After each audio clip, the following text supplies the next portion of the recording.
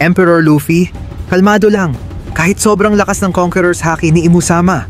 Ang chapter ay may pamagat na tama na ako nang bahala na maaaring tumutukoy kay Luffy at sa wakas sa tinagal-tagal ng kaguluhan sa Elbaf ay lalaban na rin sila.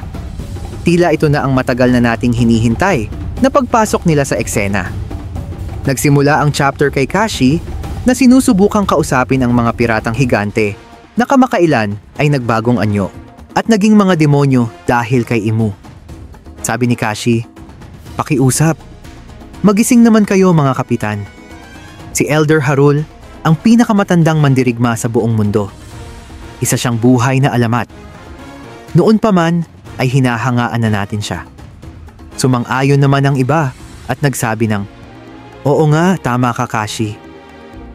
Pagkatapos nito, ay narinig na natin ang isa sa mga kapitan ng mga higante na nagsalita.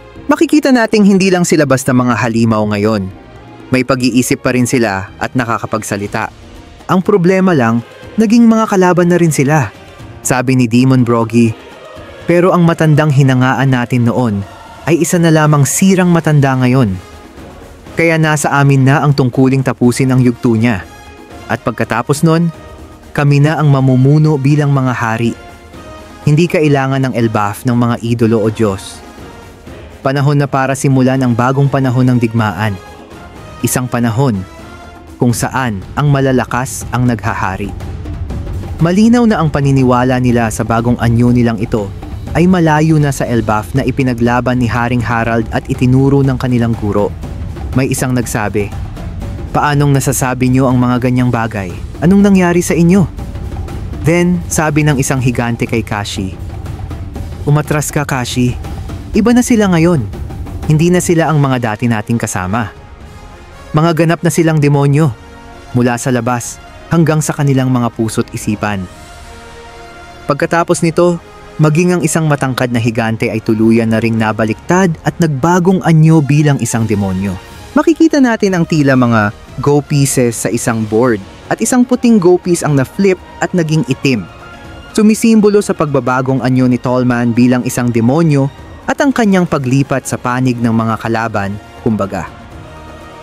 Ang pinaka nakakagulat sa mga pagbabagong ito ay ang katotohanang hindi ito kusang loob. Hindi kailangang tuksuhin ni Imu o bigyan ng alok na hindi matatanggihan. Tulad ng nakita natin, biglang naparalisa si Tallman. Umiiyak siya. Ayaw niyang magbago, pero naging isang demonyo pa rin siya. At ngayon, patuloy na dumadami ang panig ng kalaban. At sa ngayon, wala pa tayong nakitang kahit isa na bumalik mula sa pagiging demonyo. Kung magpapatuloy ito, tiyak na malulunod ang mga mabubuti, ang mga puting go pieces. Sa sobrang kritikal ng sitwasyon, ito na talaga ang oras para makialam sina Luffy, Zoro, at ang iba pa. Si Tallman, na labag sa kanyang kagustuhan na maging demonyo, ay nagsabi sa bagong anyo niya, ang sarap sa pakiramdam. Ang katanungan ngayon, ano nga ba ang paraan para di mapasailalim ng kontrol ni Imu? Ang pinakamalapit nating guess ay ang pagtataglay ng Conqueror's Haki, napakalakas na will. O baka immune ang mga miyembro ng D-Clan, na siyang dahilan kung bakit sila kinatatakutan. Wala pa tayong tiyak na sagot. May naiisip ka bang theory patungkol dito? Ang malinaw lang sa ngayon ay hindi magtatagumpay si Imu na i-turn ang lahat, lalo na pagdating sa Straw Hats. Ang mga higanteng hindi pa natuturn ay nagsisimula ng umatras at inaaming alanganin na sila. Binanggit pa nilang natalo ng kalaban si Gaban, bagay na ikinagulat ng marami. May ilan pang nagsabi, imposible yan. Si Ripley ay halatang gulat na gulat din at nagsabi, hintayin mo ako Colon, paparating na si Mama para iligtas ka. Mayroon pang nagsabi, mga demonyo na sila ngayon. Ganap nang naging mga halimaw ang Giant Warrior Pirates. Samantala, lalong lumalala ang sitwasyon dahil sa mga batang nananaginip. Habang nananaginip sila ng mga demonyo, mas marami pa ang sumusulpot sa Elbaf. Mga halimaw sa bangungot na tila natalo na noon ay muling bumangon matapos silang tawagin ni Killingham. Bumangon kayo, walang kayong kamatayan. Tama na ang pagtulog at muli kayong mabuhay. Hindi matatapos ang bangungot ng Elbaf. At lalo pang lumalakas ang imahe ng kasamaan ni Killingham nang makita natin ang kanyang malademonyong mukhang tao. Hindi ko pa nga alam kung sino siya hanggang sa sinabi na siya si Saint Killingham na gumagamit ng hybrid form ng mythical dragon fruit, Model Killin. Bagay na bagay talaga siya bilang kontrabida sa itsurang ito, lalo na sa kanyang ngipin na parang pating. Sabi ni Killingham, talagang umiinit na ngayon. Wala nang atrasan mula nang dumating si Imu. Sabi pa niya, magwala kayo hanggat gusto nyo, mga demonyong panaginip. Elbaf, kasalanan mo ito. Ikaw ang nagluwal ng mga halimaw na ito sa mundo. Then mapunta naman tayo kay Nami na nagsabing, ako lang ba? O mas dumami pa sila ngayon? Halatang napansin niya ang pagdami ng mga halimaw ni Killingham mula sa bangungot. Napansin ni Jinbe na talagang mas nagkakagulo na ang lahat ngayon. Pero maganda na ito dahil mas magiging satisfying ang pagdating ni Luffy para iligtas ang lahat. Pagkatapos nito, makikita natin si Usopp.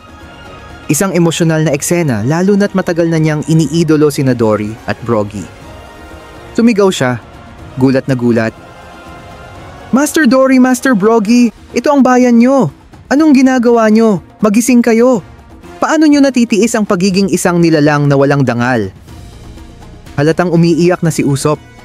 Kaya sana magamit niya ang pagkakataong ito para mag-step up at maging bayani. Ang bayani na gusto rin niyang makita. Siguro, may pag-asa rin siyang makarating sa puso nila. Pero mag-e-expect tayo na hindi ito magiging madali. Makikita rin natin ang mga higanteng desperado dahil hindi nila mailigtas ang mga bata. Binabantayan kasi sila ng mga halimaw at tinik na hindi nakikita. Yung iba, wala pa ring malay dahil sa lakas ng shockwave ng haki ni Imu. Pero may isang epic na eksena kung saan bumangon ang isang inang higante at sumigaw. Bent, Yilva, as if mawawalan ako ng malay ngayon. Pangako ililigtas kita. Hintayin mo lang ako. Grabe, sobrang lupit ng moment na tumula sa isang side character lang. Kahit si Imu, hindi siya kayang pabagsakin. Isang matinding respeto ito sa mga nanay. At sa lahat ng tao, si Summers pa ang nagtanong, Panginoon, hanggang saan natin dadalhin ito? Sagot ni Killingham, sakop na ng kulay natin ang buong board, na ang ibig sabihin ay, oo, sapat na raw ang ginawa nila. Ang mga bangungot na ito ay gawa sa purong kasamaan. Kapag pinabayaan lang silang magwala, sila rin daw ang sisira sa sarili nila. Pero si Imu ayaw maging kumpiyansa. Sabi niya, ipagpatuloy yan. Hanggang sa tuluyang silang mabasag. Ang tinutukoy niya ay ang mismong tibay at will ng Elbaf. Dagdag pa ni Imu, kung hindi lang pumalpak si Harold sa oras na yon, matagal nang nasa ilalim ng tama kong pamumuno ang bansang ito.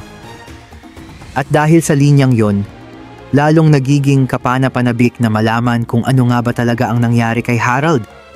Nagkamali ba siya dahil napatay siya? O dahil tumanggi siyang sumunod sa kagustuhan ng Celestial Dragons? Ano sa tingin nyo? Isa ba siyang tuta ng Celestial Dragons hanggang huli? O balak ba talaga niyang labanan sila? Pagkatapos nito, magkakaroon ng flashback. Ang tagpong pinakahihintay ng lahat. Ang hype na pagdating ni na Luffy, Zoro, Sanji at Loki. Naganap ito ng ilang minuto lang ang nakalipas sa ilalim ng mundo. Hindi ito sobrang layo sa kasalukuyan, pero sobrang hype pa rin.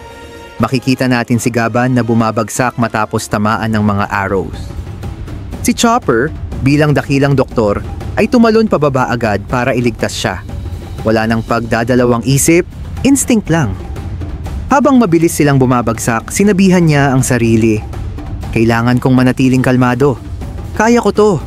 Hindi ko siya pwedeng hayaang mamatay. Tumakbo siya sa ere na parang si Roadrunner para makapwesto sa ilalim ni Gaban at ginamit ang guard point. Ang ibig sabihin nito, ginamit niya ang kanyang higanteng, bilog, mabalahibong anyo para saluin ang impact ng pagbagsak. Kaya hindi ito naging nakamamatay. Sa wakas at mapupunta na tayo sa grupo ni Luffy. At nagsimula ito kina Loki at Hirudin. Nag-aaway pa rin ang dalawang magkapatid. Sabi ni Loki, kung gusto mong marinig ang totoo, lumuhod ka Hirudin. Tumagot si Hirudin, pinatay mo ang ama ko. Grabe, parang tunay na magkapatid talaga tong dalawa. Nag-aasaran, nagtatalo. Kahit magkaiba ang usapan, halatang may history sila bilang magkapatid. Kaya exciting makita kung paano uusbong ang relasyon nila. Sagot naman ni Loki, ama ko rin yun. Pero bumanat si Hairudin. Tingnan mo ang ginawa mo sa sarili mong magulang. May nagsabi kay Hairudin na tumigil na. Pero biglang napansin ni Luffy na bumagsak si Chopper malapit sa kanila. Tinanong si Luffy kung nakita niya, pero sagot niya, hindi. Kinumpirma naman ni Loki na may bumagsak nga. At mukhang may pakiramdam din siya kung saan ito bumagsak, sabing, nandun lang sa likod ng burol. Nagtaka si Luffy, paano ko nalaman na si Chopper yon? At may kasama siyang sugatan.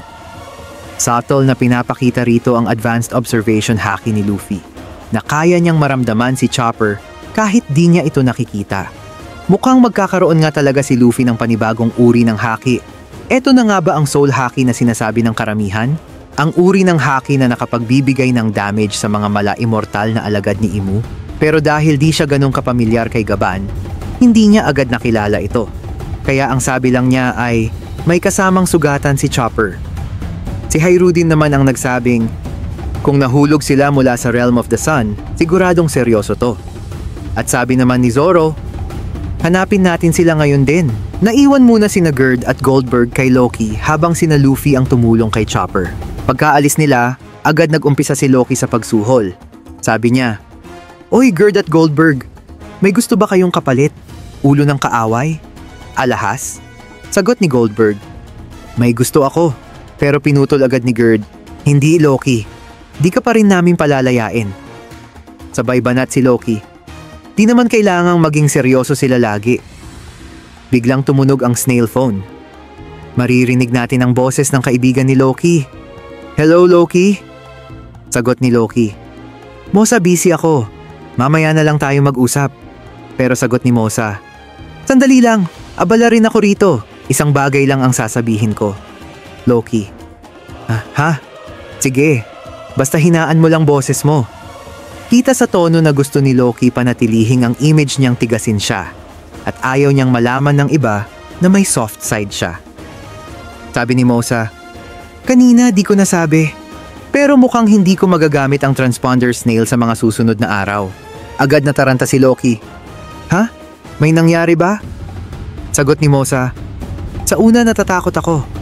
Pero habang tumatagal, naging comfort sa akin ang mga usapan natin. Hindi ko ipagpapalit yon kahit kanino, kaya gusto ko lang magpasalamat. Lalo pang nabahala si Loki. Ano? May nangyayari ba sa'yo? Baka bumalik yung masamang bagay? Mosa, ayos lang ako. Huwag mo na akong alalahanin. Loki, nasa lugar ka ba na... Mosa, salamat sa lahat ng ginawa mo. Nagmakaawa si Loki. Hintay lang, pero binabana ni Mosa. At ang nasabi lang ni Loki ay, Tisk! Putik! Pagharap niya, galit na sinabi niya sa mga kasama niya, anong tinitingin-tingin nyo? Sagot ni Gerd, ayos lang. Masarap lang makita na kahit papano may nahanap kang kaibigang mapagkakatiwalaan sa underworld. Pero si Loki, pilit pa ring nagtatago. Huwag niyo itong ipagsasabi sa kahit sino. Biglang tumakbo si Hairudin papunta kay Gerd at sinabing kailangan niya gamutin si Yasan dahil malubha ang sugat niya. Si Luffy naman, nakatingin lang habang nakangiti. Sikat pala tong matandang to rito ha. Ayos ang pagkakaligtas mo, Chopper. At syempre, classic Chopper moment. Hindi nagpapahalata pero kinikilig sa papuri. Hehehe, wala yon.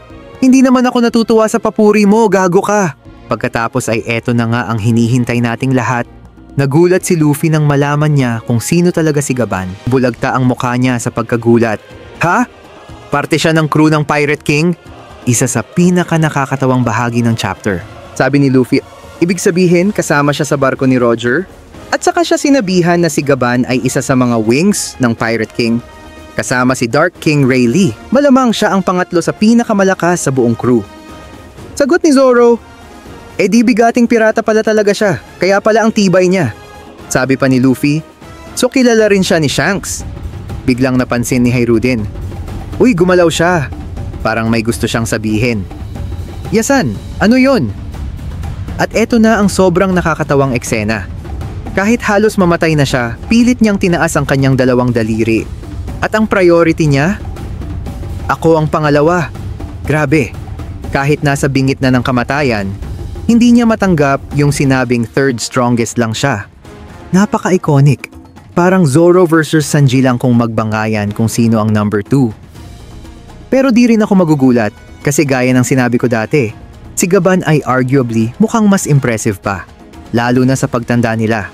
Habang iniisip ng lahat kung anong klaseng kalaban ang nakapagpabagsak sa tulad ni Gaban, sabi ni Chopper, "Tama, malala ang sitwasyon sa taas, Luffy. Kailangan ka na namin."